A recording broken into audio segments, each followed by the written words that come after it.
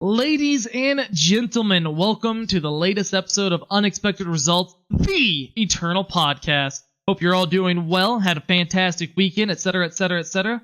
How are you doing today, the Manted Man? The Manted Man is doing quite well, actually. Closing in on that moving date. The house is an absolute disaster, and it took like a 3-hour nap before the podcast, so I am pumped. Yeah, my girlfriend helped her friend move yesterday, and that was rough. We went over to their house afterwards though for he made so her friend they're a couple, they just moved in together, and maybe I'm giving too much information about these people's personal lives. Either way, they made us some keto pizza. They handmade some keto pizza, and it was delicious. It was probably the best homemade pizza I've ever had. Keto pizza. So we're talking about like keto, like a crap load of meat, a crap load of cheese, but like zero carbs. Something like that. I don't know, man. I think it was made of the crust or whatever. Like the dough was made with like egg, and it was mostly made of cheese. Cheese was the main ingredient of the crust. Yeah, it's like egg and cheese and cauliflower to make a good keto pizza. I don't think this one had color. It doesn't matter. I don't know. Yeah, I was there when he made it, but like I don't know. I'll tell you, I've had a couple of friends do keto. One, you do you. Your life is your life. That's awesome. But a couple of my friends did keto at my previous job before I quit because of the move. But they always had like beef jerky and these like cheese sticks and stuff like that. They were always just giving it away. Man, it was awesome that like 6 months that they tried to do keto, and then they stopped and they were back to like chips and friggin' donuts and stuff like that. Right. Yeah, I think my roommates just got on the keto diet. Well, it's supposed to work really well for some people. I've seen it do some amazing things, and I've seen it give other people gout. So we'll see what happens. I know Stone Cold Steve Austin is a big fan. He goes through he goes on the keto diet every now and again until he gets to where he's trying to be, and then goes back to eating like dirt, something like that. Well, don't quote me on it. Eating like dirt, it's funny to watch those like professional, strong guys, like wrestlers. Entertainment superstars, and sports those kind of people. Yeah. Those people, the kind of diets and workout regimens and stuff they got. It's always interesting. If you want to kill a little time to look at that kind of stuff. I know there's some little actor guy now, used to be in sports entertainment, Dwayne Johnson. I don't know if you've heard of him, but his like eating and workout regimen was really cool, and he had it posted online. Like he did these, it was just like chicken and broccoli, 3 meals a day, every day, except for one cheat day, and it was like 12 pancakes, like 3 waffles, like a half gallon of ice cream. It's just crazy. I could live off of chicken and broccoli. I should do that. Yeah, there's a lot of good in doing that. Oh man, well, I think we should probably, this is the Eternal Podcast. We probably should talk about the subject, which is Eternal. What are we going to be talking about today? So we're going to talk a little bit about some of these other tournaments that are bouncing around. So the KL Cup qualifier just wrapped up, and there's some pretty cool decks. And we had 2 Team Rankstar members finish in top 3. One of them winning the whole thing with a cool deck that we'll get to talk about in a minute.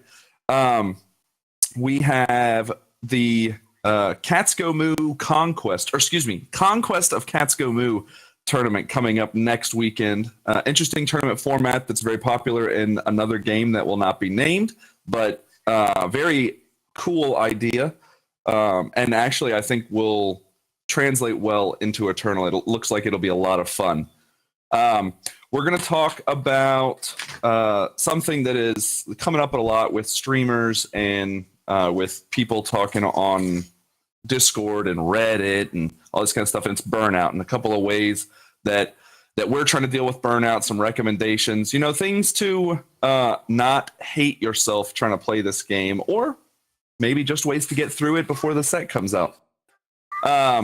we got some other small things we're going to talk about, and then of course we're going to get to spoilers. The bread and butter of the podcast lately.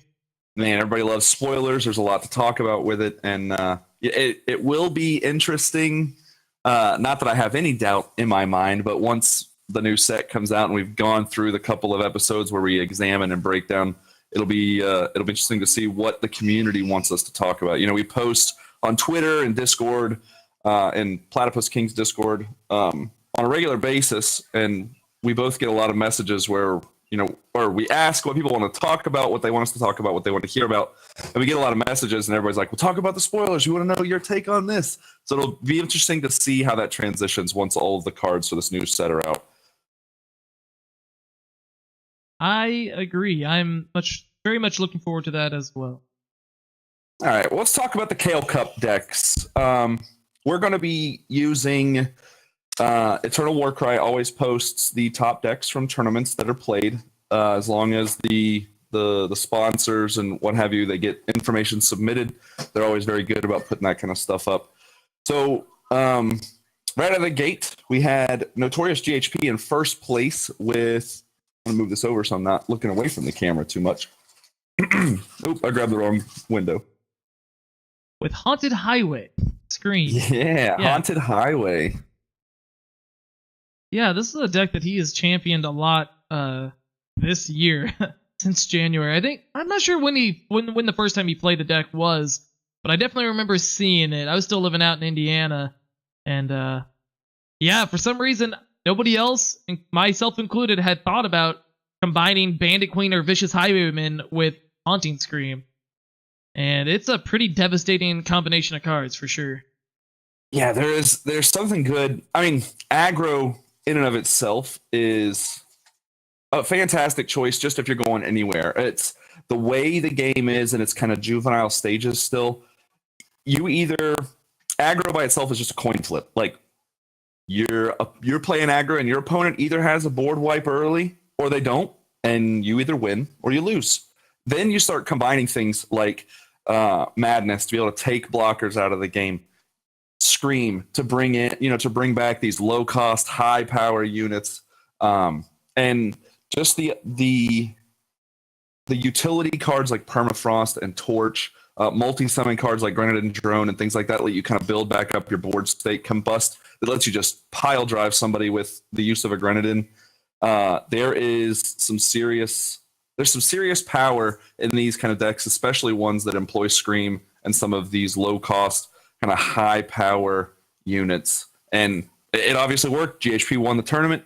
Obviously had a lot of fun doing it because it's always great to throw a Madness out there, throw a Haunting Scream and pop a Torch and just have a bunch of damage roll out, let alone if you get like a Champion of Fury or something else that gets to roll along with it.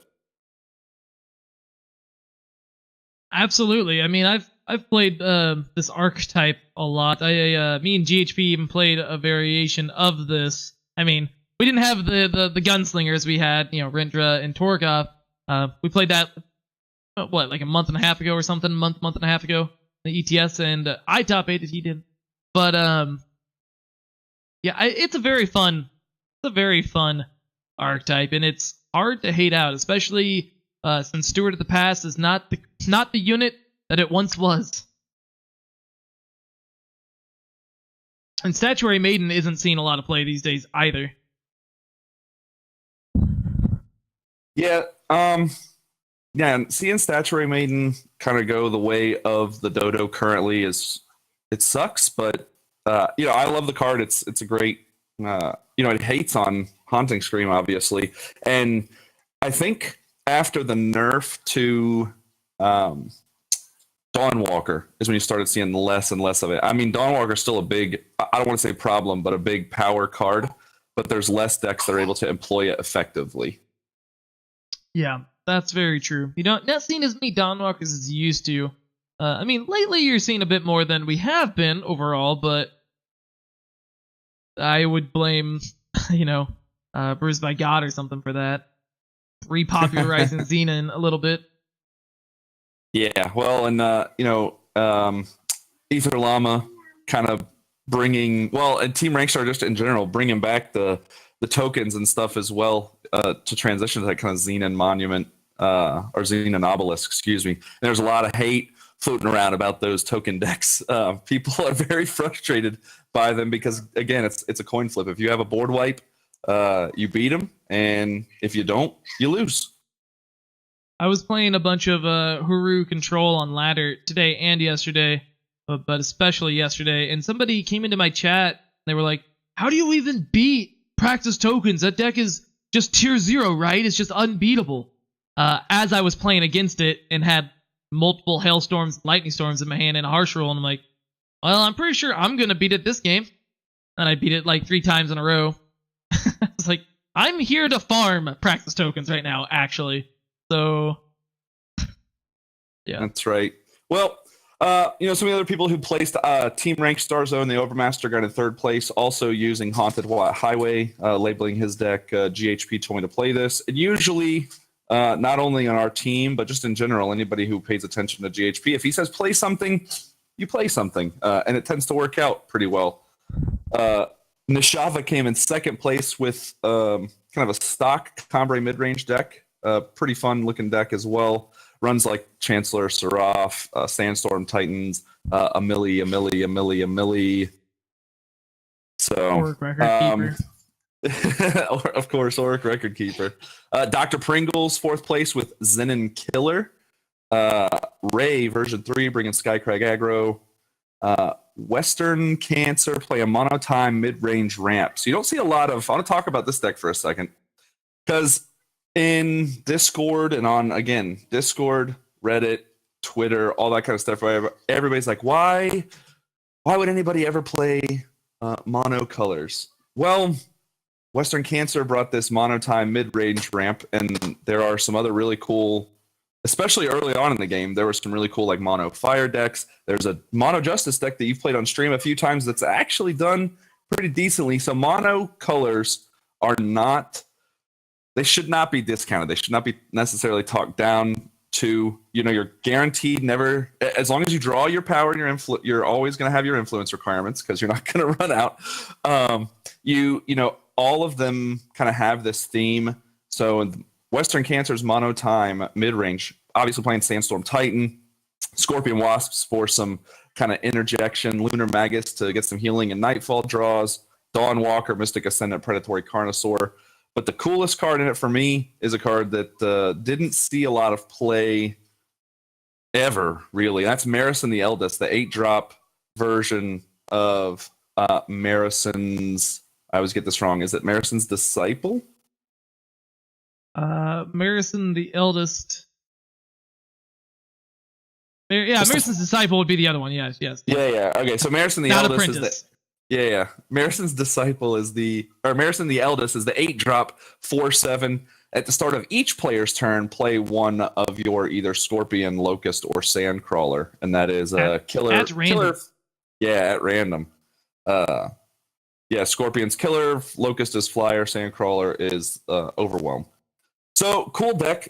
Really has everything that it needs to defeat most other decks. The only thing that Mono Time is missing is a true board wipe. But if you can survive with your control and some of your big beats and a little bit of heals to get to Marison, you have field control at that point unless they wipe the board. So it did well. 6th place. So. Yeah, I mean, I actually completely overlooked this list when I was looking at the deck list yesterday. I just somehow tunnel vision past this deck. I would like to try this out sometime. I mean, I don't think I have 4 Wandering Wisps, but I mean, craft them, I guess. All right. So, lastly, well, not lastly, but the remaining decks, Hura Control from Risible Cap, Vampus from Great Parliament playing Zenon, Lil Beef playing a Time Fire with a splash of Justice. So Praxis, I guess, with a little bit of Justice thrown in. And Praxis tokens with the Crown Watch Press gang stand together business that Ether Llama popularized a while back. Yeah, and then finally, Lenny Vine with All the Thingies, which is a Time Justice Primal TJP control deck. Um, so that's the Kale Cup qualifier. We're gonna take just half a second break. We're gonna reconnect the call. We're having a little bit of technical difficulties, and we think it might be just connection. So give us 30 seconds, and we'll pick this right back up. All right. Sounds good.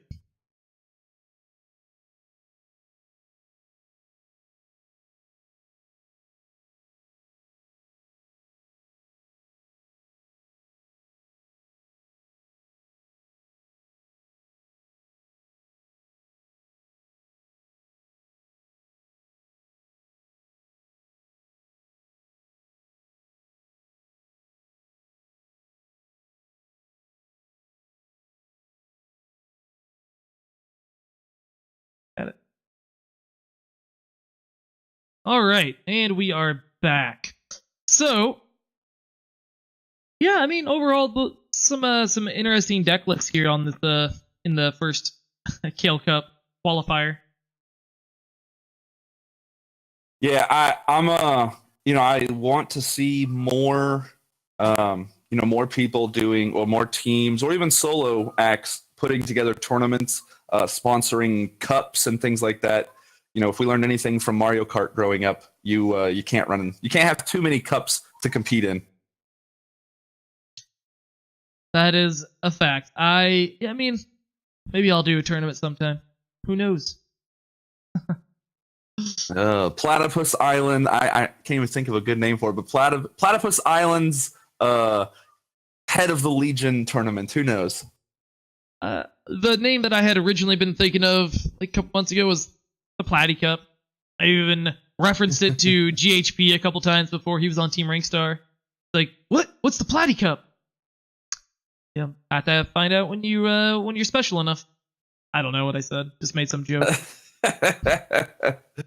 All right. Well, speaking of these kind of not secondary, but tournaments, these private tournaments, we have Cats Go Moo is putting together a conquest tournament, Conquest of Cats Go Moo, and it is next weekend.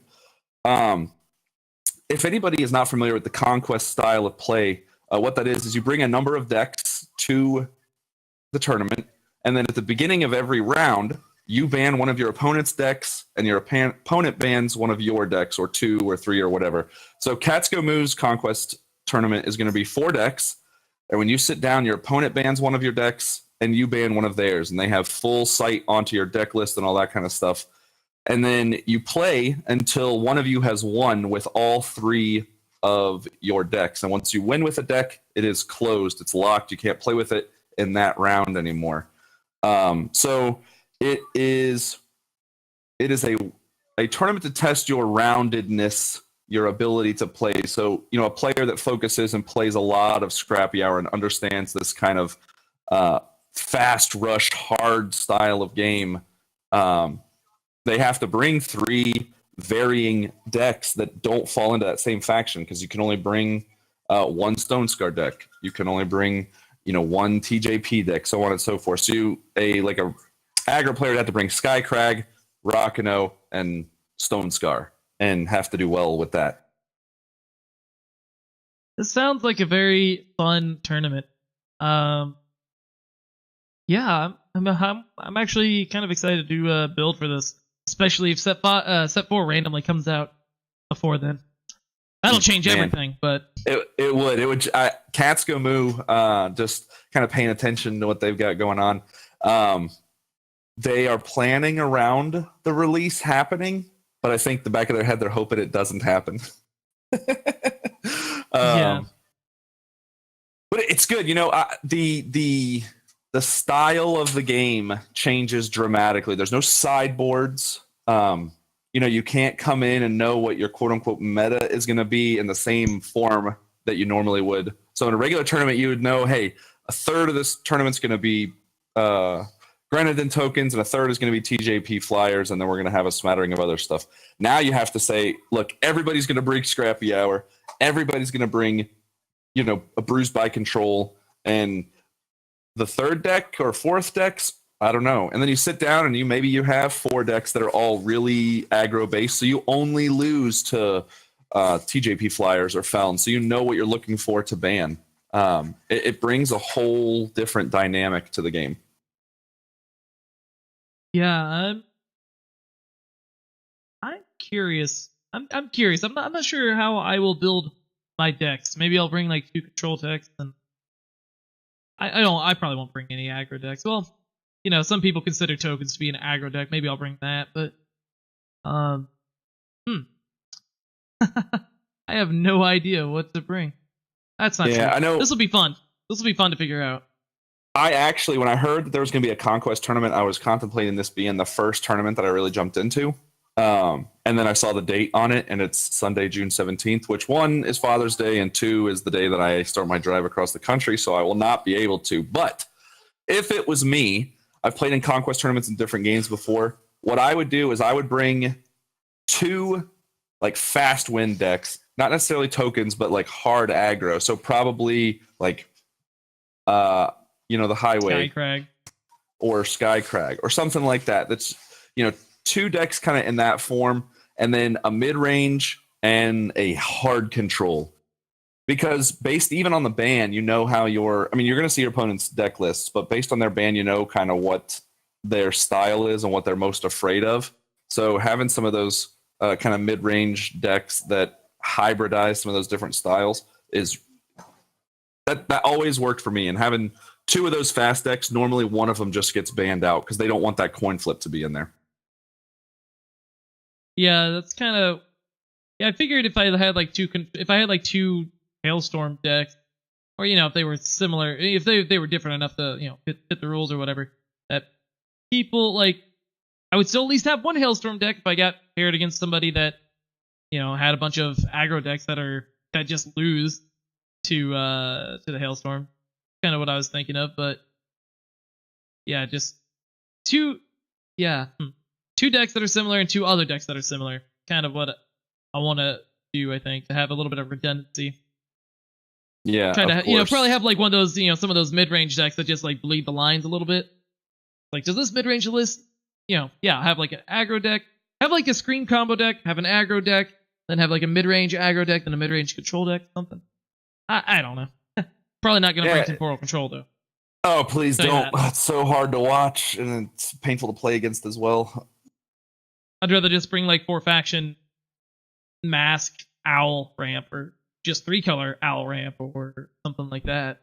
Color mask. Or hey, what about Overmaster's Mask Scream deck? That deck's been fun. Yeah, it was fun to watch even today. And there was playing just like kind of a janky deck today that was like a Curse Scream deck, yeah? Yeah, I took Overmaster's list and cut the Dream Snatchers, and instead of comboing Dream Snatcher, instead of screaming Dream Snatcher out and ulting it a bunch of times over and over and milling the opponent out or just killing them, I was doing it with Mirror's Nightshade to put lots of Nyctophobias on the opponent. And then for funsies, I had 1 copy of Encroaching Darkness. Is that the one where where darkness never ends? So yeah, Encroaching Darkness. I didn't have the highest win rate, but it was a blast to play. It was really fun. Just recurring Mirror's Nightshade. I really like that card a lot. I know our teammate that resolves. They really like that card a lot. I mean, I think we're both hoping that one day, maybe set 4, maybe the next campaign, but eventually we're hoping that the card Nyctophobia is actually printed and not just a token. I don't think that'll happen, but I would really like it to happen because that card's really fun.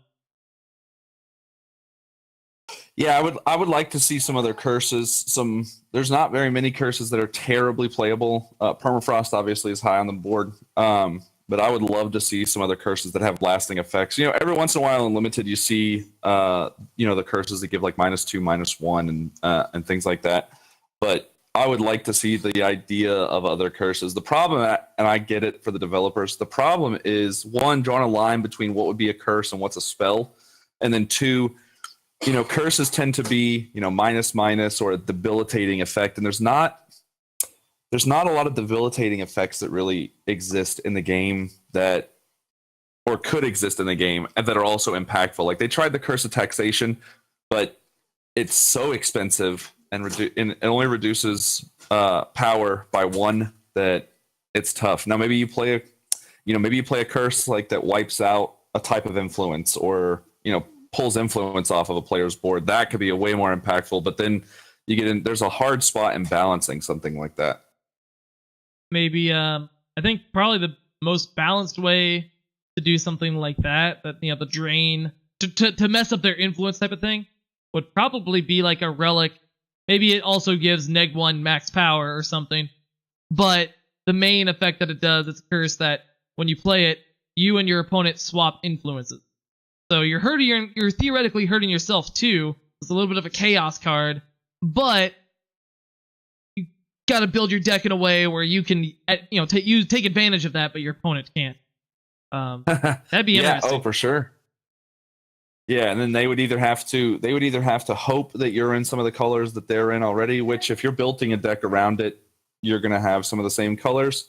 But your opponent then has to build back up their influence. They gotta dig for power or banners or something like that. Yeah, or you're just the same color deck and nothing happens. That's right. Well, so that's a decent transition. We're talking about some of these fun decks and stuff like that. One of the big things that plagues these types of games, or really any game in general, is kind of when the game stagnates a little bit. You see it with the MMOs when the end game content is all beat and people are kind of just doing dailies and things like that, waiting for new stuff to come out. You see it in card games like we're experiencing right now, where the meta has been pretty much figured out and is on this kind of like sine wave cycle where it moves between aggro and control and things. And there's a new set looming. So like there's this thing that we all experience called burnout. Sorry, my son is like trying to talk to me. He wants to be part of the show. So you got this thing called burnout, which is, you just don't want to play, or it's a chore to play. And anytime a game becomes a chore, it's a problem. So you're obviously streaming is a job for you, but you don't want it to feel like a job. So I want to talk a little bit and kind of help our community, especially here on Platypus Island, but anybody who pays attention to the stream and things like that. How do you deal with burnout? I have some of my own stuff that we'll talk about, but I'd love to know how you do it outside of coming up with these janky, fun decks. Well, step 1, stop caring about your win rating, your win-loss record, and just play something that's fun, not something that's necessarily good. Just try to have fun. Decide to let me just try to unlock this achievement, so to speak. I mean, even if there's not a real achievement, just try to do a thing such as Haunting Scream, a Dream Snatcher, and ultimate it, kill your opponent or something. Just try to make up a little goal for yourself in the game and just try to accomplish that goal. Don't worry about how many times you lose on the way to doing that. Just change your objective in the game to a more fun and entertainment oriented aspect. That's something that I end up doing a lot. Honestly, I'm experiencing a little bit of a burnout right now, and it's, streaming every day. Most people, that's why most big streamers don't actually stream every single day. But, that's the goal that I'm trying to do. So, but this week has been a little bit grindier than normal. I've been trying to just focus on playing decks that are a little bit more fun, a little less competitive. There's, in the general sense, if you're not trying to stream a game the same game every single day, there's always just the good old fashioned take a break, play a different kind of game for a little bit, maybe go outside, take a walk. I don't do different things to try to circumvent the burnout, just so you don't burn yourself out on the thing that you love so much. I was going to say that is a big, it's a little tougher for you, because this is, that's what you focus on. But for the community, the biggest thing is, don't be afraid to walk away, log in, get your daily win, get your pack, do your quests, get that extra gold and stuff like that.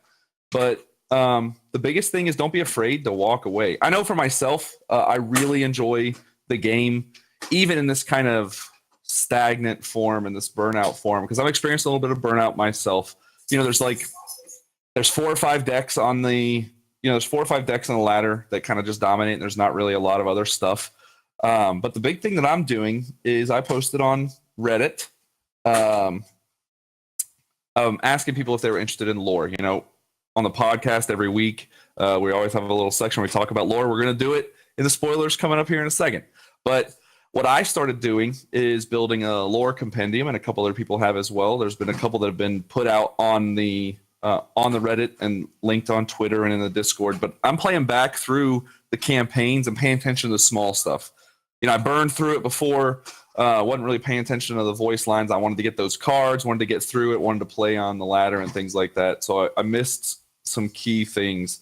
So I've been going back through and playing through that. And for me, that has been very good, very fun experience, getting to learn little nuances here and there. I didn't realize, for instance, that Geralt Iceheart, the Jotun, was the oldest Jotun.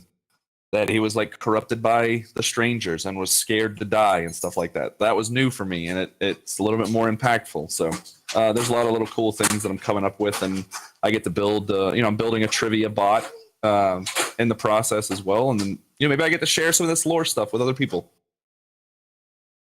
Yeah, no, that's a very. I mean, you're still like involved with the game. You're just attacking it from a different axis, so to speak. Yeah, exactly. Well, this weekend has been good too. There's been E3, so we've gotten to see like a bunch of new games that are coming out. And we're not a podcast. And here for I those thought other the games. game was I thought E3 was next week, and then just people were starting to talk about, oh yeah, so this was announced, that thing. Did you see this? Like what? I thought it was next week. I haven't seen any of this. There's just so much battle royale. It doesn't really matter.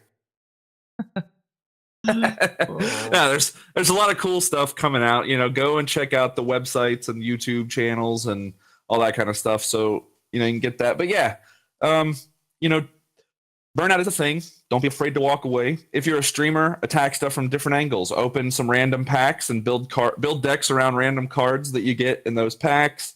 Do some fun drafts and things like that.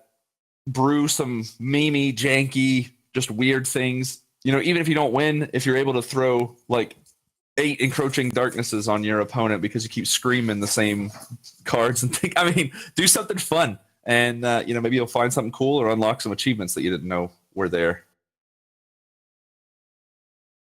Absolutely. I think those are all great ways to deal with burnout a little bit. I mean, the best way would be make Step 4 magically appear, and then that'll revitalize everybody's excitement and enjoy for the game. So, That's right.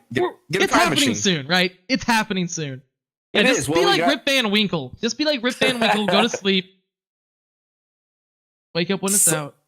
Some of us tried that, and they got woken up from our nap, where we were trying to nap until Step 4. Platypus King waking me up. It's not my fault. We do know there's some big things in the work. There was a post from Direwolf, and it's in the it's in the game client and stuff like that. So download notice has come out.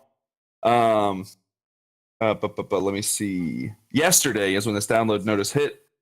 I'm going to read this off because I don't think we have a graphic for it. But it says download notice patch 1.35 is coming early next week and will require all players to re-download the entire Eternal game client to support new architecture and reworked onboarding campaign.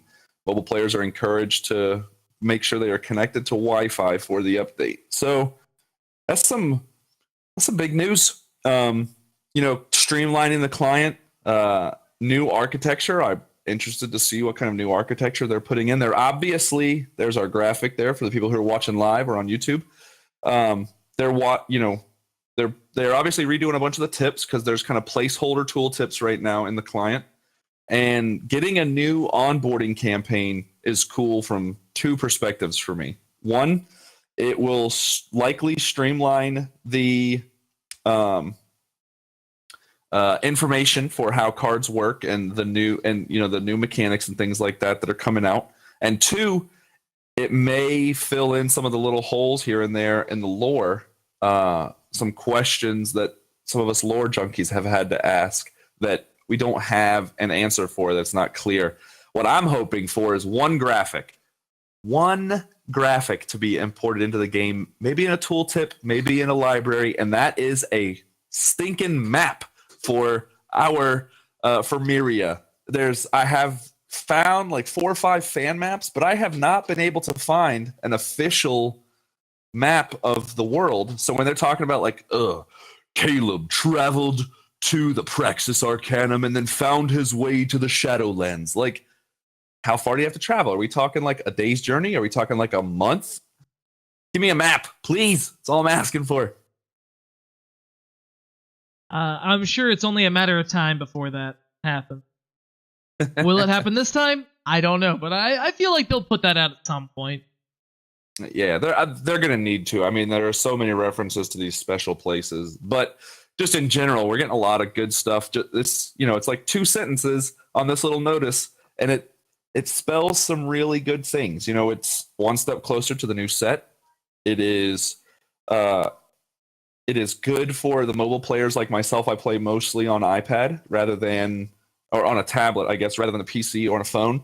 So having kind of the streamlined architecture is really good. And yeah, being able to bring in these new players, they're prepping for not only Set 4, but the full release of the game.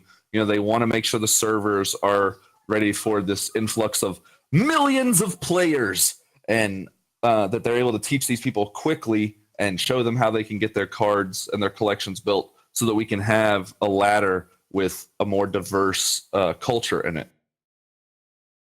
That'll be great. I would love to see some new blood on the ladder. I recognize far too many of the usernames, but then again, I play literally every single day. For 5 to 8 to 12 hours a day, yeah. Or 24 this Thursday. Wait, what? Oh, I'm doing there's a 24-hour stream happening on my Twitch channel this Thursday starting around noon or 1 p.m. noon, somewhere in there.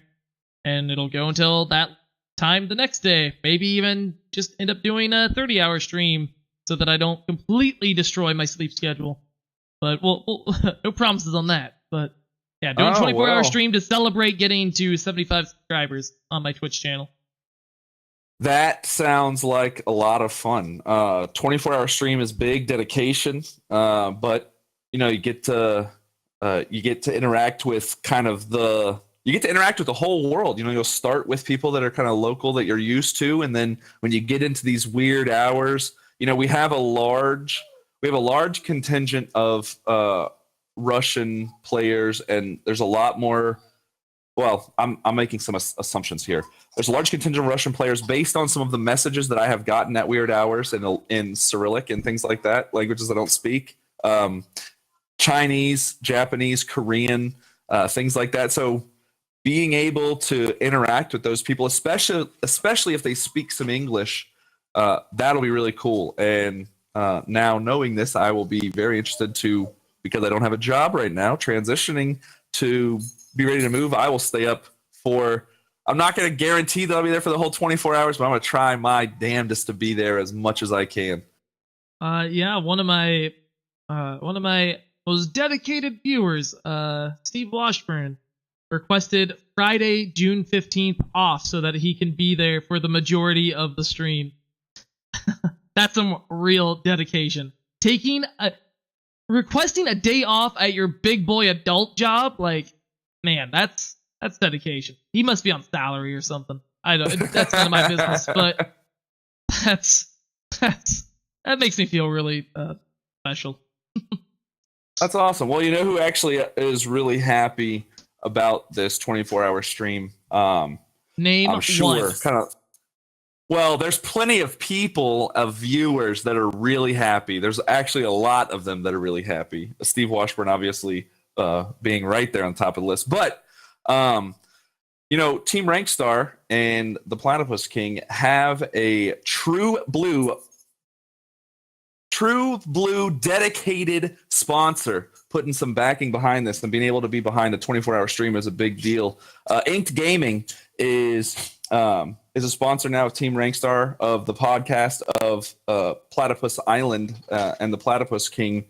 So there's a multitude of codes, but use what is it? It's King 12, all caps, to get yourself 12% off your purchase at Ink Gaming, right? Close. The King. The King 12. Of course, the King 12, all caps, will get you 12% off of your purchase at Inked Gaming. Check out some of the other Team Rankstar streamers as well. Sifu Danny, That Resolves, HeyYU, they all have it. But Inked Gaming, we're very proud to have them on board sponsoring not only Unexpected Results, the Eternal podcast, but Team Rankstar as a whole. So thank you very much, Inked Gaming. Playmats are great. Obviously, you guys can customize your own. I have already. There you go. Here's a playmat or a mouse pad, an RNG mouse pad. Yep. Apparently, the camera picks everything up backwards. I never realized this.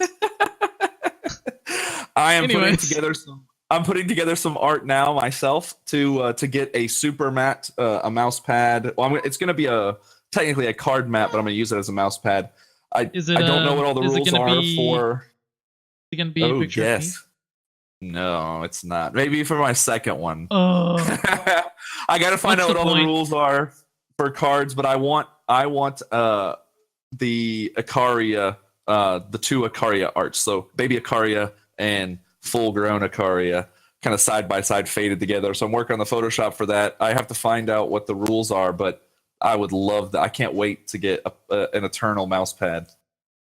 If I can find a wrestling ring and I pose like Shawn Michaels on the ropes, will you print that instead of your Icaria? That's a very specific request. I feel like you already have that picture. I don't have it. I'm just saying. I don't know where to get a wrestling ring, but if I can get a wrestling ring, I'm not gonna be in the same attire, but I'm just saying. Would you put Icaria off until the second customization printing? If I can get that photo. If you could find a ring and prove to me that it is after today's date, like the first picture is a newspaper or something, and then you're dressed up bouncing off the ropes or something, yes, I will commit to making that my first mouse pad or playmat purchase. I gotta post to Twitter right now. You know what's gonna happen? Like, you're gonna get invited to the Hardy compound and be woken Platypus King. No, a dip in the lake of resurrection. Reincarnation. Sorry. Oh, man. Oh, well, I think, my friend, as your Twitter post goes out, I think it is about that time where we get into the spoilers. I am ready to talk about... I'm ready to call some worms. Well, I think that's absolutely what we're going to do. So, Worm calling. That's W-U-R-M. That's a lot of U's kind of in a row. W-U-R-M calling is a 3-cost regular speed spell, 2 time influence required, and it create and draw 2 7/7 sandworms. So, do we want to talk about this as a whole, or do you want to go ahead and talk about the sandworms as well? The 5-cost 1-time influence 7/7 no text worm. You could call that a vanilla unit. That's right. Yeah, I got them both up here. Yeah. I've seen a handful of folks already talking about worm calling. You know, in some cases they're talking about playing Sauropod Wrangler on turn 2, turn 3, worm calling turn 4 and 5, sandworm. That's cool and all, but I don't think you have to play Sauropod Wrangler. I mean, you could, because then when you don't have the worm calling, you just play Sandstorm Titan on turn 3. But I don't think you need the Sauropod Wrangler. I think you're better off just playing Initiate on 1, worm calling on 2, Sandstorm or Obelisk or something on 4, or on turn 3, whatever, and then playing your Sandworm for 5 power. But either way, I mean, like, why not both? Why not Zoidberg, you know? This is just a nice big unit for time. Like, you play 1 card to get 2 cards. It's a little bit of an investment, but there's a lot of fun things to do with this, with worm calling, especially with like Crown of Possibilities or something like that.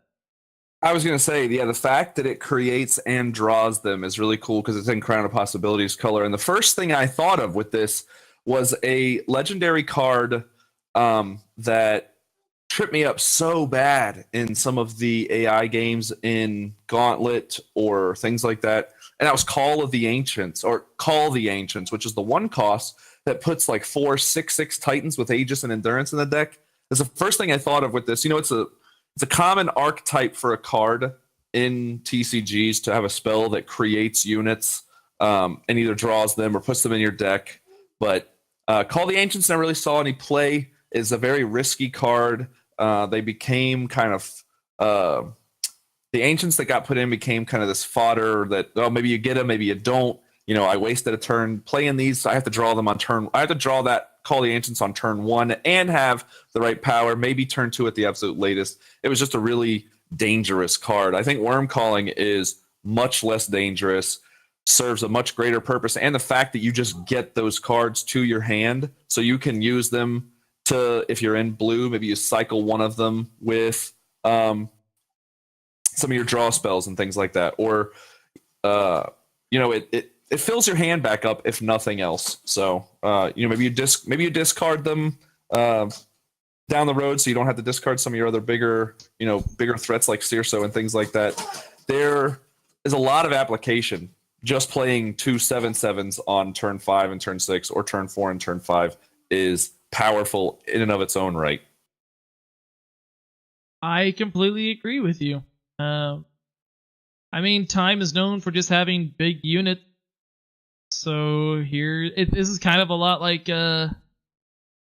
Sauropod, Twin Brood Sauropod, you know? It's similar, except you have to pay power up front to get the 2 units instead of just drawing 2 off the top, but definitely like the card for sure.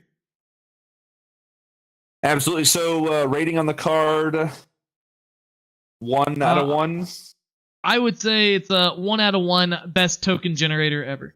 Yeah, I mean, it's going to be, like, it'll see play in ranked for sure, but man, you pop a pack with this in limited, your opponents, if you draw this, they are just boned, man. There's not a lot of removal that can deal with 7/7s in limited form.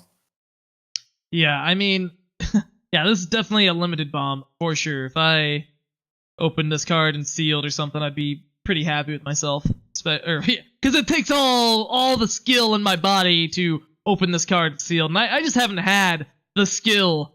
I haven't been using my skill in sealed this month, so next month, though, when set 4 is definitely going to be out, I'm going to open this card and Sandstorm Titan and some False Princes. It's just going to be disgusting. It's going to be filthy. Maybe mirror image like one of my opponents from this past week. You know, when you said Sandstorm Titan, I was going to say, dude, the dream right here in constructed, or let alone limited, but definitely limited, but for sure in constructed as well.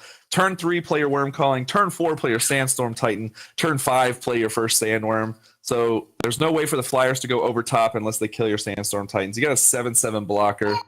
Like, forget all those Shadow 5/5 beasts. You got a 7/7 Worm. Speaking of shadow-based 5/5 units, that brings us to our next card.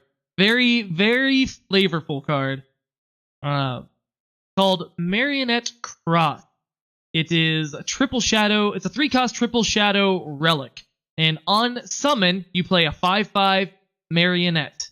When this relic dies on Entomb, you sacrifice each marionette. So you're probably asking, what the heck's a marionette? Well, let me tell you. A marionette is a 3-power triple shadow influence nightmare unit. Again, it's a 5/5. And on Entomb, you sacrifice each marionette cross. So, this card's pretty flavorful. Really neat card. I do not recommend putting multiple marionette crosses into play at the same time. You might have a bad time if you do.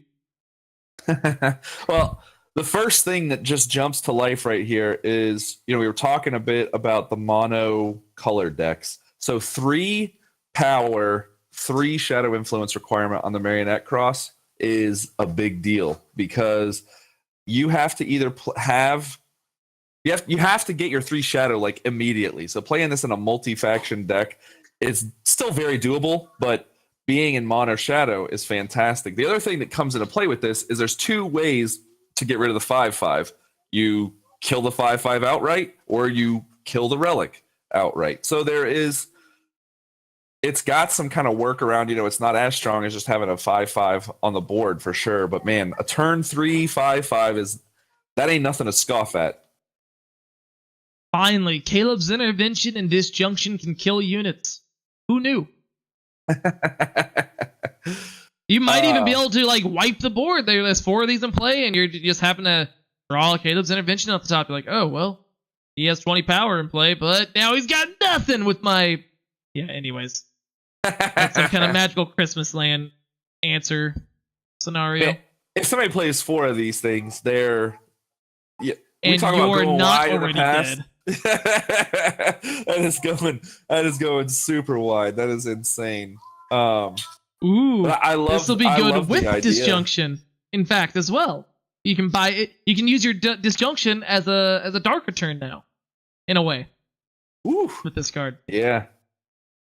Man, can you imagine even just dark returning your marionettes though? Like you don't have to have your cross and play dark return a marionette and play it on turn 4. Like, yeah, I mean, getting a marionette back that'd be cool. Yeah, I know you're not a big fan of. I don't remember if you are. There's a lot of people that aren't a big fan of Dark Return. I think it's a good card, but Oh no, everybody is a big fan of that card. Somebody was hating on it. I can't remember who it was. Not going to call them out, even if I did. To be fair. Fair. I mean, maybe players play the card, put the card in their deck more often than they need to, but it's a good card. I would, I like Dark Return a lot, and I like Marionette Cross / Marionette a fair bit. And I hope with how heavy the influence requirement is on this card, I hope that is a sign of mono shadow matters mechanics or something. A board wipe that cares about how much influence you have. Something like that. That would be cool. Let's talk a little bit about the art on these 2 cards, because I feel like this Marionette Cross, the strings on Marionette Cross are like purple energy, and then the strings on the Marionette are that same kind of purple energy. I feel like this is like a trap card. Like in a dungeon, there's this Marionette Cross kind of hanging in a doorway, and a guard walks through, and these strings just drop down and just grab him.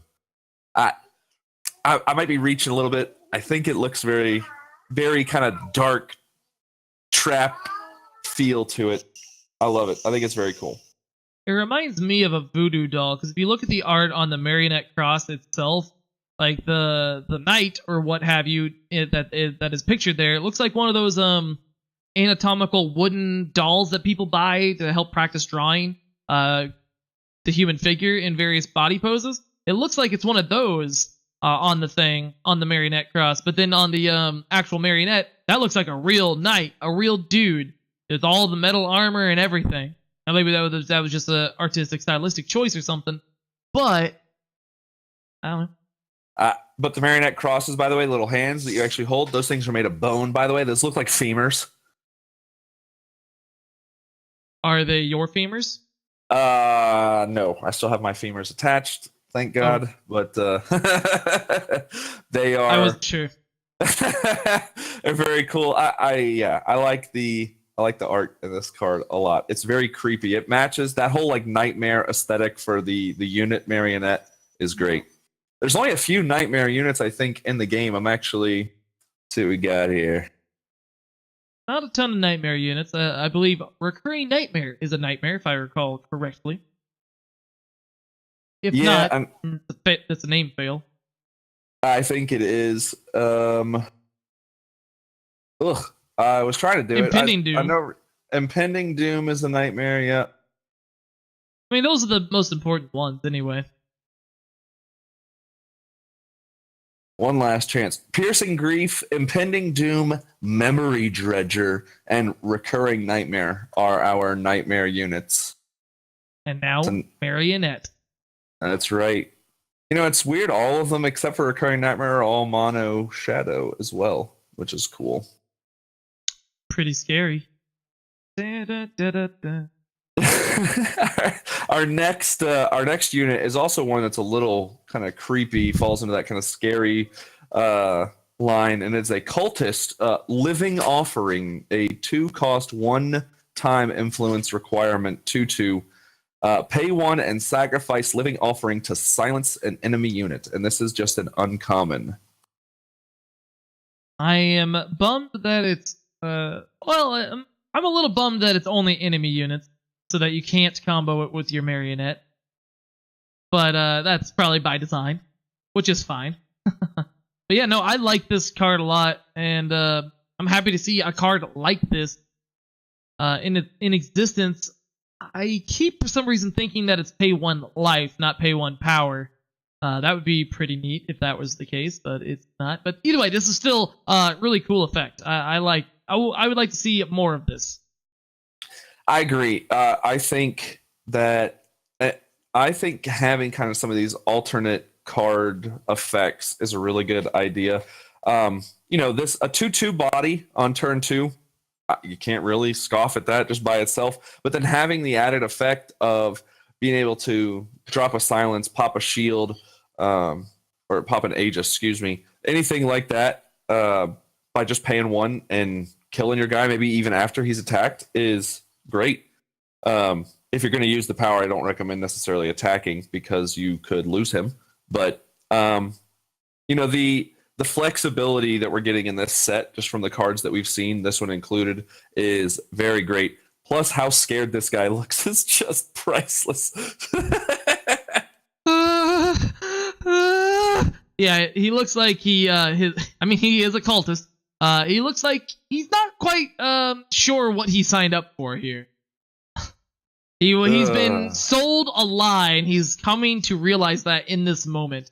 Like, wait, I'm the one that we're going to No, I don't want to be sacrificed. I don't That's not my job. I don't want to do it. But no, I think it's. I don't want the Kool-Aid. I think it's definitely great for draft. First weekend sealed as well. I think it does a lot of work. Do you think it'll see constructed play? I think so. I mean, at minimum, yeah. I mean, I think so. This makes me wonder if we're gonna see other cards like this. Maybe this is like a part of a cycle, and that there's another one that destroys a relic, and there's another one that I don't know. It'd be, anyways. That's getting off topic. I'm hoping that this card is a part of a cycle that does stuff like this, and that B, I think this will see play maybe at least as a sideboard card or a market card. Which, oh man, talking about the market stuff. I think we're gonna save the market stuff for the end of the podcast and go over the other spoilers first. But yeah, I think this card will see play. Yeah, I agree. I think that there's a niche spot for it, but I think that spot is good to have it in. Having again, that kind of multi-use, getting damage in with a body, or having the ability to silence is great. And it's, if nothing else, it is a lightning rod for your enemy to have to deal with something before they play their very impactful units.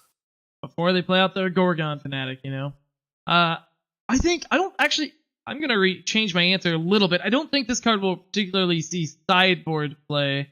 I think this is just a straight up main board card that people, if they want access to this type of thing, this is like a very kind of like a free way to include it. Because again, if the card text doesn't matter, it's still a 2/2 for 2 that can damage your opponent, maybe even get the killing blow.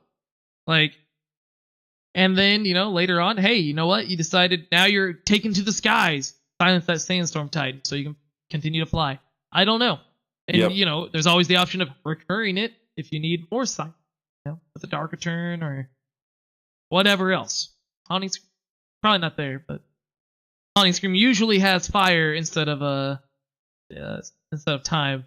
Ghost deck. All right. Well, we are going to skip the big announcement market cards. They are coming. We are going to talk about them. But let's talk about Rika, the Desert Navigator.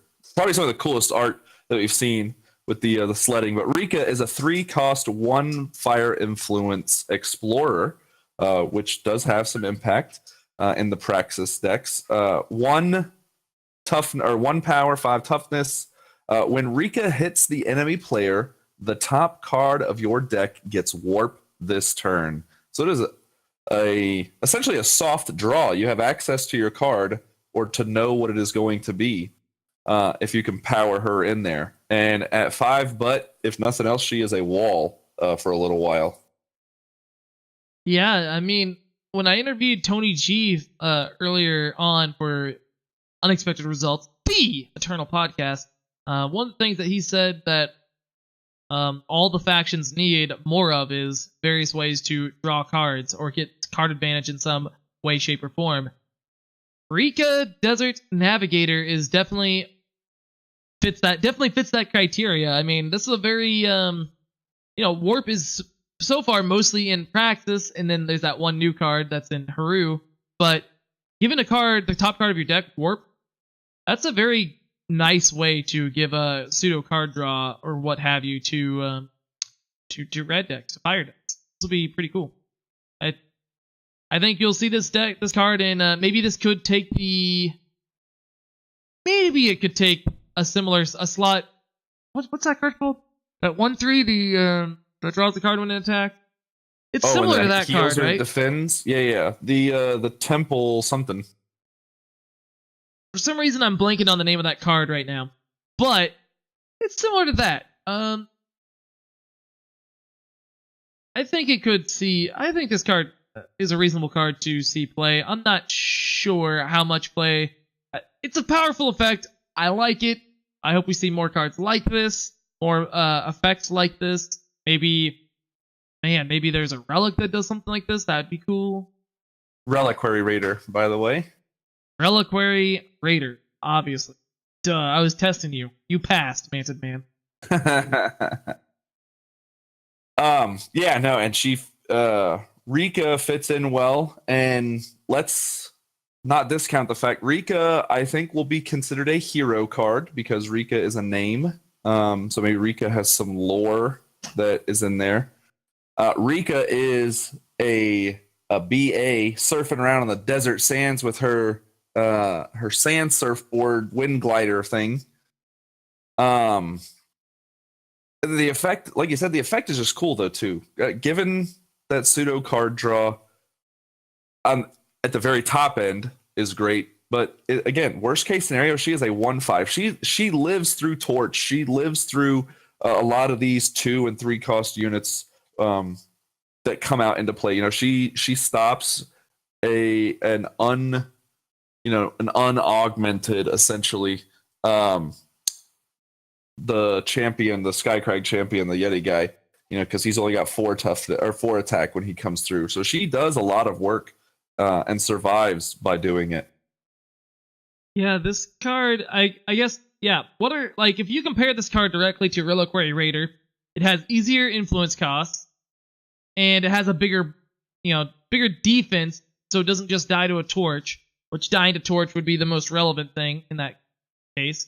Because I'm thinking about this card, and I keep thinking, well, isn't Reliquary Raider just better? Does it make sense to play this instead of that? But, the influence requirement is not irrelevant at all. And having that 5th toughness, like you keep describing, explaining with, Champion of Fury, etc., it's much better on defense. Sure, the other card gains you life when it blocks, but this one, it's just going to still be alive to attack another day. Yeah, and to warp something else or warp a few times so you know what you're going to be looking at. Can you imagine giving a Heart of the Vault warp with this card? I'm glad you had the eye roll in there because I was about to just hang up on the phone. Like, you know what? I'm done. Could you hear the Kappa? Yes, I could. Now, could you imagine later in the game giving Moment of Creation warp with this card? That's pretty good. That would be pretty good. That's my favorite thing about this, I think. If I'm not a developer, I don't know how the balance would be. My first wording on this card, if I was tasked with making a card that gives something warp, would be like, if the top unit, if the top card of your deck is a unit, it gets warped this turn. This warps anything. If you're struggling for power, it can warp power for you. It can warp spells. It can warp units. It can warp relics. I mean, there is some really cool possibilities that come into play when different cards are turned up and you get access to them. And your opponent, if you're playing with an empty hand, if she's played later in the game, you have an empty hand, you literally have access to the next card and they don't know what it is. They don't know if it's fast or anything like that. It's cool. Yeah, I mean, you get that last desperation attempt for that hailstorm off the top here. Or that last power you need for your harsh rule. Though I doubt this card would be in a deck with harsh rule. But yeah, I like the art on this card too. It just, it definitely has that like Mad Max post-apocalyptic world look to it, that kind of feel. Yeah, I keep wanting to call her the dessert navigator because I want to be a dessert navigator. I like finding good desserts. So, and she, depending on what she turns up, she just puts the icing on the cake. I'm coming in hot. All right. Well, before I get too crazy, let's talk about Burglarize, which I was pretty excited about. Tell us about Burglarize, man. Well, Burglarize is a 4-cost spell. It's a rare. Has double shadow influence. Just describing the card all over the place. Yeah, it's a 4-cost double shadow influence spell. Nightfall. Steal an enemy relic and put it into your hand. So this is an interesting way for Shadow to have answers to relics when they didn't previously have answer to relics that I can recall outside of, like banishment, discarding it from their hand. Yeah, okay, fair. They have their ways, but the banishment only kills it and it requires you to be in time, while this steals it and puts it into your hand so you can play it. Hey, that's a nice Xenon Obelisk you got there. It would be a shame if somebody stole it. Nice moon dial. Again, I like thinking, just kind of having these cards that come into my head immediately. Cat Burglar, which just looks a lot like this. So you can either Cat Burglar and knock the stuff out of their hand before they play it. If they draw something after you Cat Burglar and they play their card down, boom, burglarized. You took it anyway. So there's a lot of relic, a lot of armory hate, which makes me excited not for this card, but because there is so much more hate against armory that we're seeing, makes me feel like there's going to be some really strong armory cards that come out. Oh man, don't tease me like this. I hope so. I hope so, and I hope they can still fight through all of this stuff. I'm wondering if this card is just straight up playable in your in the main deck and not just in your market. I mean, this is definitely a card I think I will be putting in my market if I play the Shadow Market guy. I think it definitely falls into the market, and I think depending on what the cards are that comes out, because there was a period there in late season or late set 2 where Ikaria was just dominating because of the weapons. Well, and you played a lot of Argenport, Sword of the Sky King. Burglarizing a Sword of the Sky King is awesome. Yes. I mean, that is just cool. Burglarizing a dice show. Show you my dice show. Well, I'm going to take your dice show. Thanks for showing it to me. Burglarize your Mask of Torment that you have plus 13 power up on. Oh, golly. Does it retain the charge on stuff? So if you oh my gosh. Just like it does already. If you banish a Mask of Torment, it still says plus 13. So you're playing against somebody that has Mask of Torment, and they're at 18 or 19 or even 20, but they haven't been able to cast the Tormentor, and you scoop it and then put it out. Ooh, that is so awesome. Oh, golly. Or taking some of these Crown of Possibilities is just really cool as well.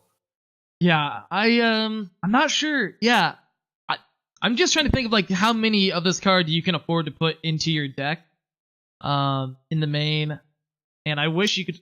I don't know. I'm not sure if the card is worth putting a bunch of copies in the main or not, but I want to see more relics that are relevant for people so that I can play this card in the main. I think this card is very neat. All right, so 1 out of 1 felony for you? Yes, this is 1 out of 1 would go to prison for this card. Okay, jail, just for one night. Just jail for one night. Yeah. As long as somebody will bail me out before I actually have to go to sleep. I'm making the requirements less and less. All right, let's talk about probably the most controversial of the spoilers to come out. A legendary Unbreakable Alliance. 8 cost, 2 justice requirement. Legendary spell that says simply you gain 12 armor.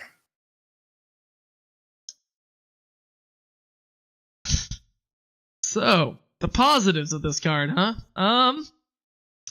Well, if you have a Molten Fist in play already and you play this card and they don't have any blockers, that's cool, I guess. Wait, Take it away, Nathan, man. Yeah, I want to word this appropriately.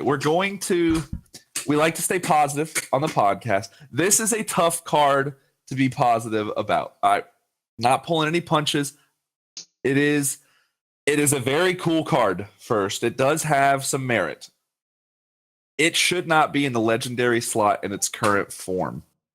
I don't think it should be a rare either.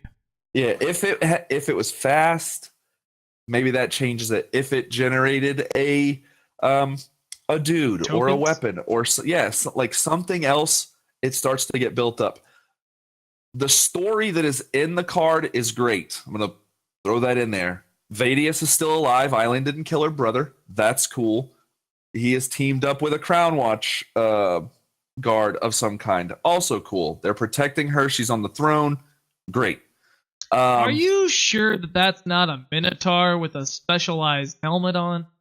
It could be a Minotaur, which would even make it even cooler from a lore perspective. I'm zooming in here. It might be, but there's not hooves. He's got feet, so I don't think it's a Minotaur. Yeah. But so we got some cool lore. I'm doing the whole like compliment in the middle of 2 problems here. So 8 cost for this effect is backbreaking. I mean, late game is not the time to be sacrificing turns. We have to examine these in a vacuum first. That's the biggest thing that I want you guys to understand. Normally, that is a positive force when we're examining these cards. You get to examine them in a vacuum. You don't talk about anything else because we don't know what else there's going to be. So it makes it easy to talk about. This card in a vacuum is difficult to be positive about because 12 armor on turn 8, or if you're ramping on turn 6 or even 7, is not extremely impactful. If you're already ahead, there's just better cards to play. So 12 armor doesn't really do anything. If you're behind, you're stalling for maybe a turn. Maybe 1 extra turn. Yeah, it's a very bad time walk type effect that take extra turn or whatever. Yeah, like there are cards that this does some really cool things with. Like you said, Molten Fist. If the moon and stars align. Yeah, if the moon and stars align, Molten Fist, Horn Grinder, Tax Collector, Last Stand at the Gate. Like, there are cards that this is cool with. The problem is that there are just better cards to have in that late slot. Now, I would love to be wrong. If the set comes out and it's like there's a card that says, pay 10. If you've got 25 or more armor, kill your opponent. This card becomes a much different card. But I can't make those assumptions. Like there may be some new mechanic that drops. Maybe berserking has something to do with armor. I don't know. There could be something great. Examining in a vacuum, it's tough to be as positive on this card as we have been able to be with other ones.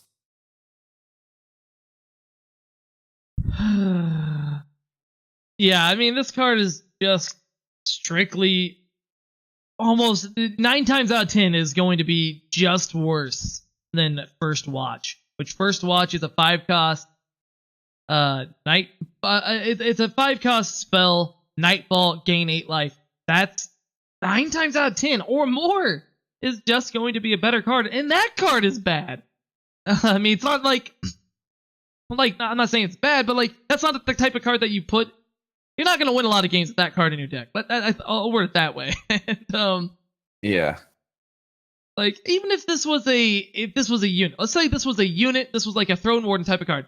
It's an 8 cost, 1/1 Aegis, invulnerable to damage. Still not good enough, I don't think. Ooh, I might dispute you on that, but yeah, I don't know. I might dispute you on that one, but you're right. In its current form, little infinite blocker.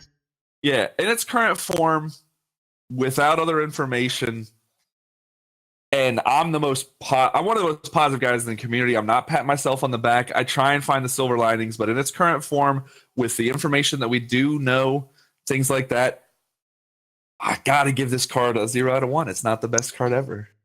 This 0 out of 1 worst legendary card ever. Now, all of that negative being said, I'm pumped about the lore. Maybe Vadius comes back and he's like, he's forgiven his sister. He shows up and he is now like her right hand. You got him and you've got Draka, the Queen's Guard, that's standing next. Like, that's some cool story stuff that maybe we'll get to explore. The art in this card showing that and seeing Eileen kind of kicked back. And I mean, she just looks, she's got a very Iron Throne stance going on here in this card. She's kind of leaned to one side, hand on her cheek, like, do you really here trying to stop me from doing what needs to be done? Boys, get them. The art's cool. The art is legendary. The art is nice. I agree with that. It has good art. All right. Let's jump to the last spoiler before market stuff. Spoiler that came out today, about an hour and a half before the podcast. Savage Denial. Great name for a card. 1 cost. One primal influence requirement. Fast spell. Negate an enemy fast spell. Yeah, this card, I like that this card will be introduced into the game. I hope that more, like, negate spells, end up existing in the game and get played prevalently enough or in a way where this card would be a reasonable card to include in the main deck. Currently, I think the place that you would want to be playing this, outside of the market or something like that, would be like, I mean, you definitely want to be a unit-based deck. Maybe you want it in the mirror for the TJP Flyer deck. Okay, I don't know where this deck has a home, or this card has a home, but I like that this card is coming into the game. I just like that this card exists. Well, I can tell you the first place that I thought of when I saw it is Ikaria Blue. You're going to survive to turn 8, so you wait a turn to play your Ikaria. You have this card in hand. The biggest problem for Ikaria when she hits the field is people playing like Island's Choice or things like that. Being able to stop that from happening is awesome. They've already got to get through her Aegis, be able to hit her. This is essentially another Aegis on her on the turn that she's played. There's a lot of fast cards. There's a lot of fast spells that people have problems with. Torch is a fast spell, and I've been on many times when you're like, oh, I'm just about to get triple torched here. And we're talking about, than you think. We're talking about cards in Constructed. So Disjunction is a fast spell. This card says negate a fast spell. It does not say negate a spell played at fast speed. So even if they play a fast spell on their turn, if they disjunction at the beginning of their turn, you're stopping them from getting a weapon back. Well, when you have Temporal Distortion in play, doesn't it just add the word fast to the front in green letters? Okay. It does. It makes all of your spells fast spells. This Savage Denial stops the ramp decks in their tracks. It stops secret pages. It stops all of the combat tricks. A combat trick, by definition, is a fast spell, so it stops things like Finest Hour or Protect or the Scourge of the meta for the longest time. Stand Together is just shut down by this card. There's a ton. Levitate is a big tech card that Cloudy has proclaimed his he is the reason behind its popularity. I wouldn't necessarily disagree with it. But it Definitely not stops because that. of Pete Chapin. It Definitely stops, not because of anyone else. You know, it stops that new tactic, that clan tactic card, the five damage lightning strike. Excuse me. It stops regular lightning strike. I mean, there's a lot of cards that this does stop, and I think maybe the biggest one of the ones that we, excluding the ones that we've already named, is like Wisdom of the Elders. The only thing better than giving everybody better card draw is giving the ability to take away somebody else's card draw. Ooh, you know the most important card this card doesn't stop? What? Unbreakable Alliance. There it is. Meta broken. It stops Shush as well, which is a card that you love. Doesn't stop Arena Frogs. No, but it does stop Banish, and I think that's a big. I do think that's actually a really big reason to play this card, possibly in main decks and stuff. Banish is a big problem for like Skycrag and stuff, especially early on. So maybe you run a couple of Savage Denials so that you're not getting cards banished out immediately. Yeah, I could see this seeing some niche play. Just like every once in a while, you'll see Island's Intervention in the main in a not dedicated Yeti tribal deck, just because they want to counter both Slay and Hailstorm, sometimes Wisdom of Elders, whatever. I could see this being like just a niche card like that. I just want to play it to shut down Stand Together. You know, you play your Hailstorm. You have 4 mana or 4 power. You play your Hailstorm. Your opponent comes in with Stand Together, like, you can't wipe me. Like, yeah, I can. Denied. Yeah, it's like, I get blown out if they have Finest Hour, Equivocate, or Stand Together. If they have any of those cards, I lose. Well, counters all those. That's right. And if for some reason, I don't think there is a Fire Primal Shadow that's exceptional that this card fits into. But I mean, it being able to grab this card from what's the 2-drop Fire Shadow that draw a card and reduce the cost by 1? Came Quarry. From Quarry. Being able to quarry this card and have a 0 cost, so you don't have to hold up any power. Well, hey, I'll tell you how you fix that problem. You don't need to go through all that work and get lucky. Just play Trail Stories. There you go. Skycrag Trail Stories into Savage Denial. Yeah, you're just gonna put this in your Yeti deck. Play your Yeti Sage, so you don't have to waste Trail Stories as a slot. You just play this unit that will inevitably never die. That'll inevitably die, and then you'll make your Savage Denial 0 cost it. So, ultimately, there's a lot of discussion about this card right now. It just came out today, so the discussion is new. A lot of people saying this is a trap. Don't say this is a good card. It's not a good card. Only bad players are going to fall for this as a good card. It's a niche good card, but in the respective correct places, it is a great card because it does stop some of the big, again, problem is not the right word, but it does stop some of the big impact cards in the meta. Stand Together being the first one that came to mind when I saw it. Yeah, for sure. Like, I don't know how much play this card will see, but like I said, I'm happy that this specific card, I'm glad it exists in the game. And as the game grows, as more and more sets and cards and content, etc., it gets released over the next couple of years or whatever. The better this card will get by definition.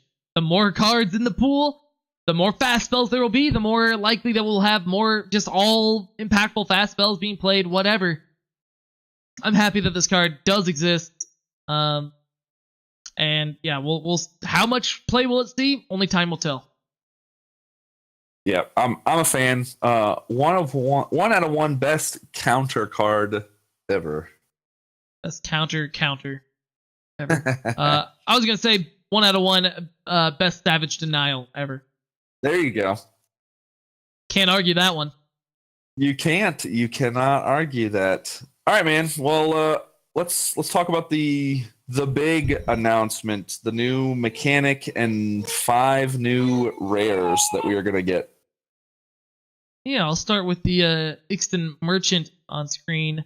So Ixton Merchant was the first one of these revealed, followed very shortly by the rest of the cycle. It is a whole cycle.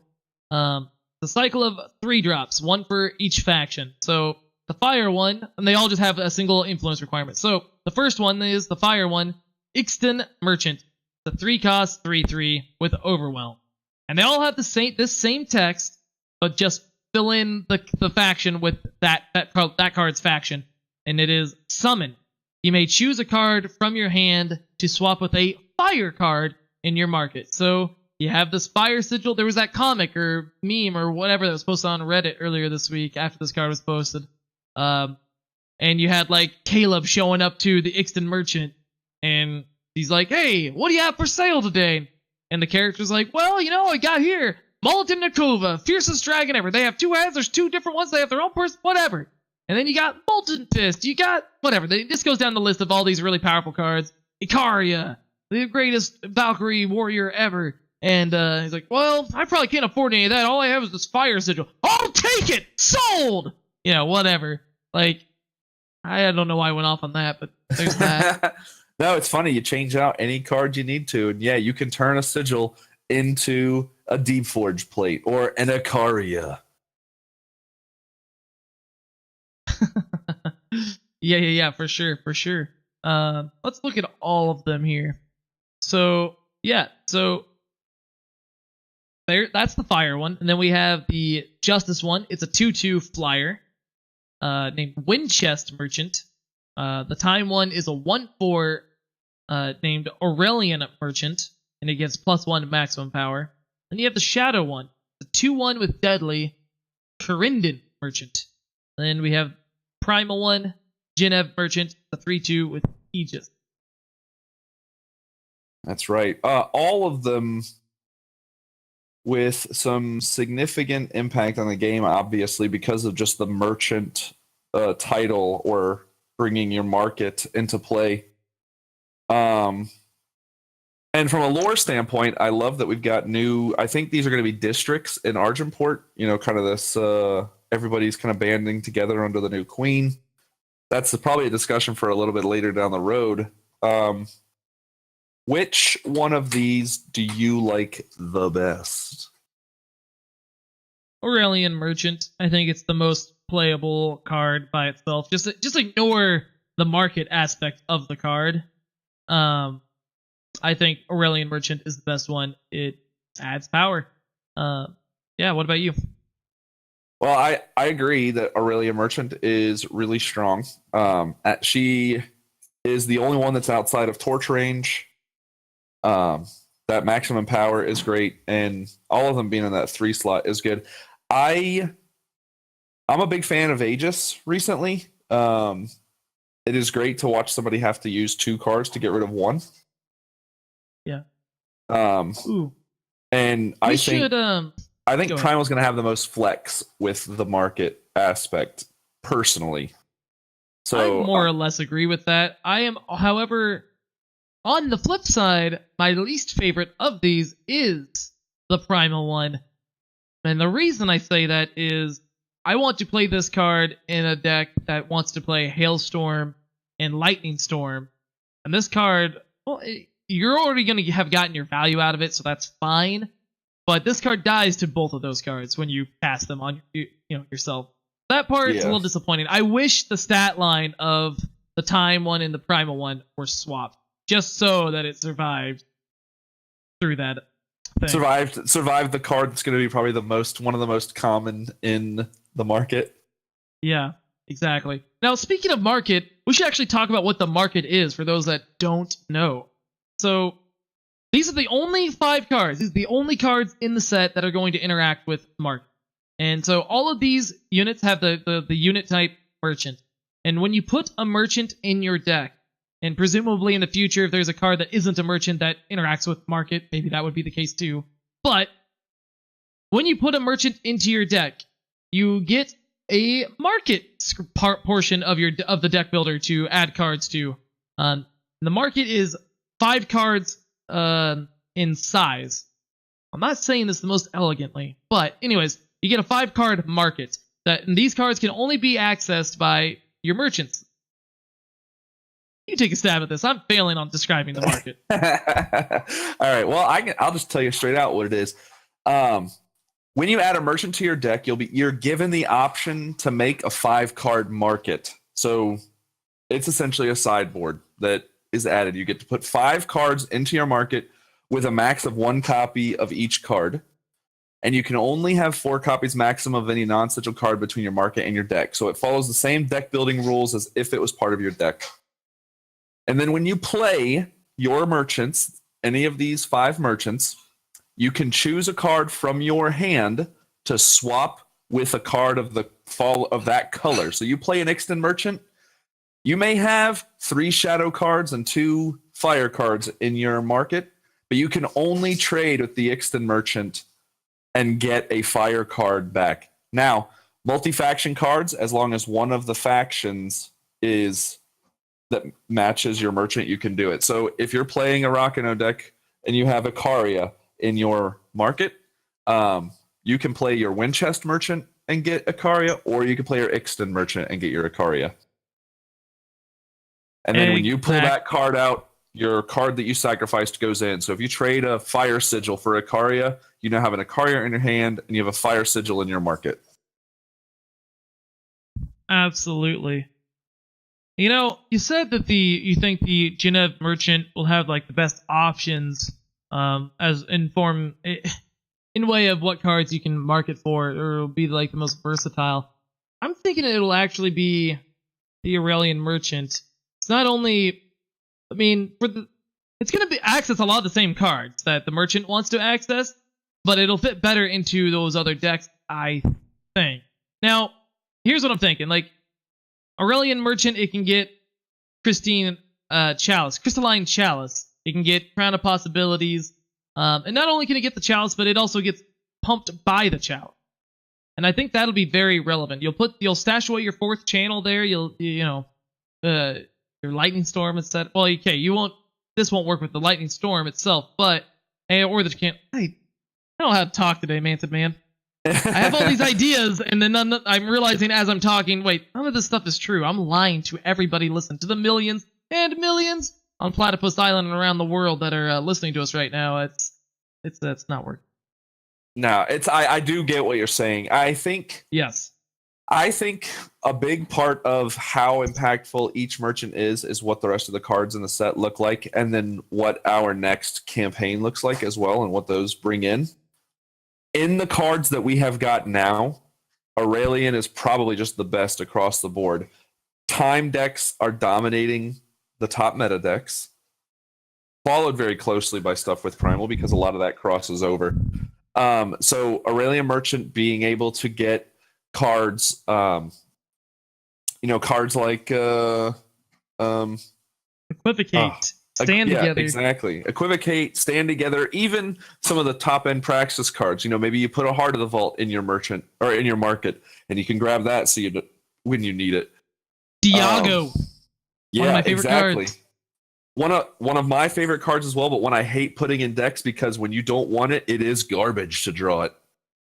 So Winchest Merchant, having a Harsh Rule sitting in your market so that you can grab it when you want to. The Karandon Merchant, Deadly is good to have. A 3-cost 2/1 with Deadly is pretty solid already. And being able to get cards like another, getting a Haunting Scream that you guarantee that you're going to have in hand, getting a Stray into Shadows or one of these board wipes that's going to do some work for you. And Genev Merchant, obviously, there's card draw and stuff as well. Karandon is pretty interesting too, actually, specifically in Scream, because you could Scream it back out. Maybe now Scream decks can play an Azendel's Gift, and you just go get it when you need it. Yeah. And that's a big one for the Karandon Merchant as well. You play 2 copies of Azendel's Gift in your deck, and then you have your Karandon Merchants there, and you have your last. You have one more Azendel's in your market, so you have a much higher chance of getting it when you need it. These are very cool, and I will be very interested to see how they affect the game there is some stuff that came out with the market that we're going to talk about. And I have to direct this even at Platypus because there are some assumptions that are being made by the community that are not entirely true based on some of the words that we're going to say here. I don't know what you're holding up there. I can't see it, but yeah. It's the Discord. Gotcha. There's a lot of assumptions being made about some of these things. So, the first thing that was said after these cards were revealed was by Scarlatch, and it says, I know that this is going to give a certain player some bad feelings, but this will be our intended stand-in for sideboarding in best of 3 and organized play. And immediately everybody just erupted. They got furious. The big word there in that message is intended. And we don't know what else they have in store for their best of 3 and organized play, so everybody just needs to relax. I put a Twitter post out there that I think summed it up very good, at least from my perspective. We have been gifted these devs that have taken very good care of us and the community, and they have not done wrong by us yet. Let's see what they have going on. But currently, the market is their intended workaround for sideboarding in best of 3 and organized play. So they're cash tournaments, they're official tournaments, and that has a lot of people frustrated. And I understand it, but at the same time, I am not frustrated by it because I think they'll make the right decisions and do what is best for the game. Yeah, I woke up, got on stream. I woke up, saw these cards, got on stream, was excited to talk about them. I was talking about them for like 5-10 minutes at the very top of my stream before hearing that thing that you were talking about, Scarlatch, having said about, well, this is our intended stand-in for best of 3 and organized play. And that was disappointing to hear. But again, we don't actually know what best of 3 or organized play looks like. Maybe best of 3 and organized play is going to be like some kind of variation of like Conquest, like the Cats Go Moo event, the Conquest of Cats Go Moo event that the Great Parliament is putting on. We don't actually know what the details are for organized play and best of 3 in Eternal yet is. That's how you word. Yeah. I mean, a lot of the frustration, and I get it, and it could have been. I'm not bashing on Scarlatch or any of the marketing team or anybody who's putting out the information. The problem is they are putting out this information to people who are used to other card games. Eternal, even though we've been playing it for a couple of years, is essentially still very new. It's not even in full release. So the first thing that everybody does is they compare to what they know. So sideboarding and things like that. It's just what people know coming from other TCGs and most CCGs, whether they are online or on a tabletop. So change is scary. Change is scary for everybody. For professional or semi-professional or tournament players in games that are good, that have been ingrained for 10, 15, 20, 30 years, change is very scary. So finding out that their sideboard, quote unquote, may only be 5 cards and they only get access to it if they play one of 4 or one of 8 cards in their deck, and you have to take up slots, that scares some people. And I completely understand that. But this is not a game where there is mana and land. This is not a game where your mana counts up in a little crystal on the bottom of the screen. This is not a game. Yeah, this is not those games. So these guys are professionals. They are developers. They have given us a great product up until now, and I think they'll continue to deliver a great product. So let's just give them a chance and see what they've got going on. Plus, if they're going to support stuff, let them do it. We've got some other crazy tournaments out there that private parties are hosting. They can set whatever dang rules they want to, and we don't necessarily agree with them, but it's all we've got right now. So let's see what the pros are going to put together for us. Let's see what these people who are taking their lives and their time and they're doing to do what they're going to put down with these markets and this intended stand-in. I really like the merchant cycle. I think it's a really good thing to for them to be implementing into the game. It's very exciting. I hope there are relics. I hope eventually we get more cards that interact with the market. Maybe cards that let you have a bigger market, like extend your market by 5 cards, or let you have multiples or something. I'm excited for the future design space that markets represent, or maybe ways that they could even rework market if they decided to implement traditional sideboarding techniques into the game, and just turn the market into that actual space or something. I don't know. Either way, this is a very exciting mechanic, especially for best of 1 ladder. And it'll still be good in best of 3, even if whether you have a traditional sideboard or not. Having these merchant cards that interact with the market are still going to be valuable cards to have. It's not like all of a sudden. Oh yeah. Yeah, I don't know. I like these cards either way. I am apprehensive and a little worried about how this affects organized play or best of 3 that they're intending on creating. But I just want to hear what they're going to do. Actually, I can't wait. That more than Set 4 coming out. That's the number one thing that I am anticipating is their official post about organized play and what that looks like, being brought to us by Direwolf Digital. I want that article to go live on direwolfdigital.com, on eternalcardgame.com, wherever. I want to read it. I want to know what that information is. That has been the thing that I've been waiting for since day 0 of this game. I want that to come out, and I want the information about that. Yeah, well, and we're not even at day 0. That's the best part. Again, the game is not even in full release yet. We're still in negative days. We're in the BC era of the games. You guys that are dedicated to this game now, again, I said it last week, you are in such a good position for this game because it's going to get huge. It's going to be strong. And Scarlatch's other messages, best of 3 will be a part of the organized play program for some matches and events. We'll have more to talk about with respect to organized play very soon, but one of our goals is that high-level competitive play better reflects the day-to-day play on the ladder. Every time there's a tournament, Platypus King and I and many others in the community talk about the impact that it has on the meta.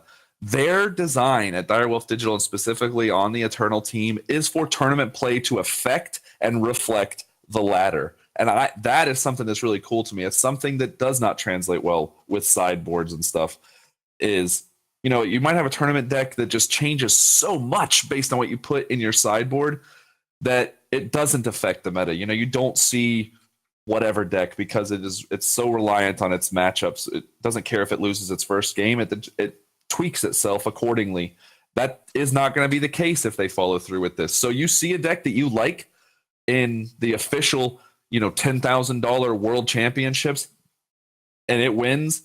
That's the deck you have to be able to play against for the next 3 months or until new cards come out. Like, it is a full reflection. It has full impact on the ladder. And I think that's really cool. Yeah, I just very curious as to what organized play is going to look like, and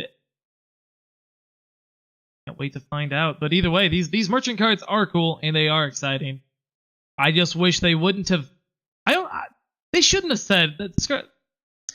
I don't think that message should have been posted on Discord, personally. And I think they should have just waited till there was an official release to talk about any of that stuff. I don't disagree with that either. There has been, I think part of that's kind of a hindsight thing. I think if I was on a team, I may have said, let's tell people this so they can start preparing. But then there's this kind of goes along with the burnout. There's this little bit of dread, like, what is this going to do to the tournament scene? How does this, am I really going to want to play like that? Like, change is scary. And this is not something that anybody is used to. Is the mechanic cool? Absolutely. One of the best ideas for a mechanic in a card game I've ever seen. It takes full advantage of the whole digital card game aspect. Like, you can essentially play Hearthstone if you have printouts of the cards. Like, you essentially can play the game. Obviously, Magic started as a tabletop game, and now you're playing it digitally. The mechanics in Eternal take full advantage of it being a digital card game, and I think Market falls in very well with that. I'm very excited to see what other things they come up with. Warcry is another one that takes full advantage of the digital space. Drawing cards at random is all this stuff is great. I'm happy to be part of the community, and I'm happy to see where the game goes. I can't wait for the organized play stuff either. I can't wait for the full release. I can't wait for set 4. Give me something. That's all I got. I'm burned. Yeah, it's looking less and less true that my prediction of Step 4 coming out before Father's Day is going to come to pass. Unless this patch that they're putting out this week to rework the infrastructure and everything else is secretly also them putting the set into the game, which I'm going to say that's exactly what's happening. It's not what's happening. But I can be hopeful. I mean, they are telling mobile players to be connected to Wi-Fi, so it's a big old patch. I really hope it's the new set, man. I really hope it's the new set. I want to play with new cards. It'll make the 24-hour stream that I'm doing this Thursday a lot more enjoyable. I'm going to be playing a couple of other games on that 24-hour stream too, to break up everything. But obviously, Eternal will be the main focus of that stream. But overall, the spoilers for this week, there was some good, there was some bad, there was some possibly irrelevant. Divisive. Yeah, definitely divisive. But the Market announcement was huge. The announcement of the reworking of the architecture is very big. So 1 out of 1 best week of news ever. Would only be capstone achievement if they said tonight, right after the podcast, that Tuesday we're just going to go ahead and release the full set 4. Yeah, that'll be exciting. I think it's probably going to be like July 1st before we get the new set now. It will. That's my new prediction. If it's not this month, it would have to be right away, because the set is called the same thing as the chapter. That's the big thing that comes into play here. Like, the chapter has the lore for the beginning of this set. So if it doesn't come out this month, I will be very surprised. And if it doesn't come out this month, it has to be like the first 2 days of July, or the storyline gets kind of wonky. Yeah. Definitely. But if we don't get the set next week, maybe we get our new event hero, our new card next week. That'd be cool. I think we're almost guaranteed to get the promo this week. Like right in the middle of the month, more or less. Yep. I just want to be able to get my stuff in. I kind of hope maybe it's not this week, only because playing's going to be difficult for me. But I will find a place, or I'll play on my phone if I have to. I need them promos. Life finds a way. Life finds a way, indeed. Your video froze, but oh no! At any rate, I crashed out. Oh, you're back. All right, there we go. All right, well, at any rate, I was gonna say that's probably the end of the podcast. We talked about everything. It's been an hour and 51 minutes. Yeah, yeah. Good episode. Talked about merchants. That was the main thing we all wanted to talk about anyway, right? So. Yep, absolutely. It's again, thanks to Ink Gaming for sponsoring the podcast. Thanks to all the denizens of Platypus Island for showing up live. Thanks to all of you in the future, the millions of fans who are listening to Unexpected Results, the Eternal podcast. Obviously, Platypus King, our gracious host on his Twitch channel, live every Sunday at 8 p.m. Eastern, 5 p.m. Pacific. You can find him on Twitch every day for his 365-day stream. He has a 24-hour stream coming up on Thursday, giving away 3 gift cards this month as usual. Or you can talk to him on Twitter at Platypus Island, or on his Discord. He's so easy to find. If you ever say you're trying to track him down, you can't get him, you are a liar. Myself, I am easy to find as well. I'm on the Eternal Discord. I'm in Platypus King's Discord. I'm on Twitter at MantedMan. Thinking about changing that to the Eternal Advocate. We'll see. And you can find us both, obviously, on TeamRankStar.com. Take care of all of your content needs. Jank Fridays, Meta Mondays, Dumpster Decking, Eternal Vanguard, Platypus King's new videos. His series is being posted there as well. And a lot of you will have found the podcast on TeamRankStar.com as well, because it has its own special page, new layouts, new looks, all that great stuff. Yeah, exactly. Yep. Find me on Twitter at Platypus Island. Go to eternalpodcast.com. Definitely go pledge your allegiance to the cult of platypus at patreon.com/theplatypusking, etc., etc., etc. So that is it for this week. Unless Set 4 actually drops this week, I think we're going to take next week off while Manted Man is moving across the country. So in all likelihood, the next live episode will be on Sunday, June 24th. That sounds great. You know, it's hard to do a podcast without the talent. I'm just saying. All right, I'll give you some credit this time. There we go. You're definitely responsible for it. You do a lot of work behind the scenes that nobody sees, and I for one am grateful for your assistance, and I'm happy to have you as my co-host.